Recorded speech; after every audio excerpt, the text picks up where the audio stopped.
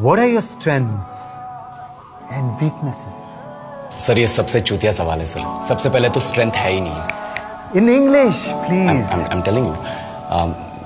Why will I tell you my weaknesses? मैं आपको अपने स्ट्रेंथ वीकनेस के नाम पे बताऊंगा।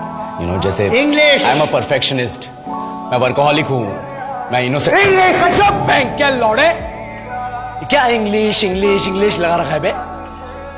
4 साल का था मैं जब मेरे पापा जबलपुर में किसी हलवाई के यहाँ काम करते थे। खुद तो कभी स्कूल गए नहीं, इसलिए अपनी गांड घिस घिस के मुझको स्कूल में भर्ती करवाया। अब कहने के लिए तो इंग्लिश मीडियम स्कूल था, लेकिन साले हमारे टीचर लोग खुद हिंदी में बात करते थे। हमारे स्कूल के लड़के एक दूसरे से यो व्हाट्स अप डॉग ऐसे बात नहीं करते हैं। क्या भौंक रहा है तेरा लंडा आजकल है? ऐसे गले मिलते हैं। किसी तरह रट्टा मार मार के 10th तक पहुंचे तो पता चला कि जिंदगी में सफल होने के लिए एक ही तरीका है और वो है इंजीनियरिंग। सब यही कहते थे। माँ बाप, टीचर लोग, गली का वॉचमैन भी हमसे पूछता था, और भैया कैसी चल रही है आपकी तैयारी? भाग बेंचो, तुमको क्या करना है? इसलिए हमारे स्कूल के बच्चे हम सब पहुंच गए बकरों की तरह। मैं IIT, मैं NIT। अरे जिस बच्चे ने अपने बाप को जलेबी तलते देखा है वो तो यही सोचेगा ना कि जिंदगी में पैसा ही सब कुछ है। I did not choose this engineering life, sir, and neither did this engineering life choose me. It was shoved down my throat by my teachers while my hands were tied to my back by my friends and my parents watched in silence. और English सुनेगा तो मादरचोद तो सुन।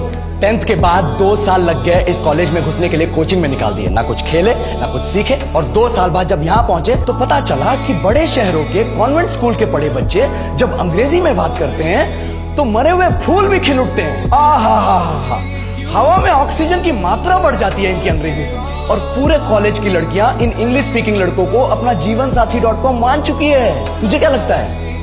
मुझे कभी लगा नहीं कि मैं अपनी अंग्रेजी पे काम करूं, अपनी पर्सनालिटी पे काम करूं। बहुत लगा। ये चूतिया इंडस वैली सिविलाइजेशन का जो एजुकेशन सिस्टम बिठा के रखे हो, जिसमें हर साल में 10 सब्जेक्ट, हर सब्जेक्ट में theory, practical, viva, lab work, external, internal, majors, minors, assignment, project, thesis, गांड मार के रख ली हमारी। महीनों तक नहाना भूल जाते हम लोग और फिर हमारा परसेप्शन बना देते हो कि हम ऐसे ही रहना चाहते हैं। अब इस साल में एक बार कल्चरल फेस्टिवल आता है, एक बार, उसके लिए भी प्रोफेसर से भीख मांगनी पड़ती है। अरे बिना इंग्लिश बोले, बिना लड़कियों से बात किए कौन गांडू रहना चाहता है वैसे?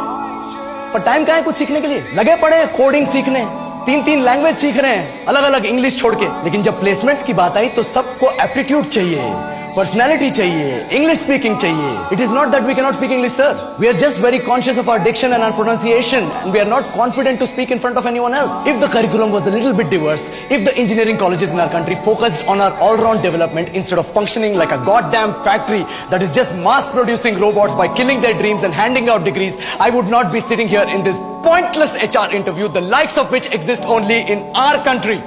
ये लो सर, बोल दिया मैंने 4 और लाइन अंग्रेजी में। अब बताइए, क्या मैं आपके मल्टीनेशनल कंपनी के लायक हूं? Do I have the potential to be a slave of your esteemed organization?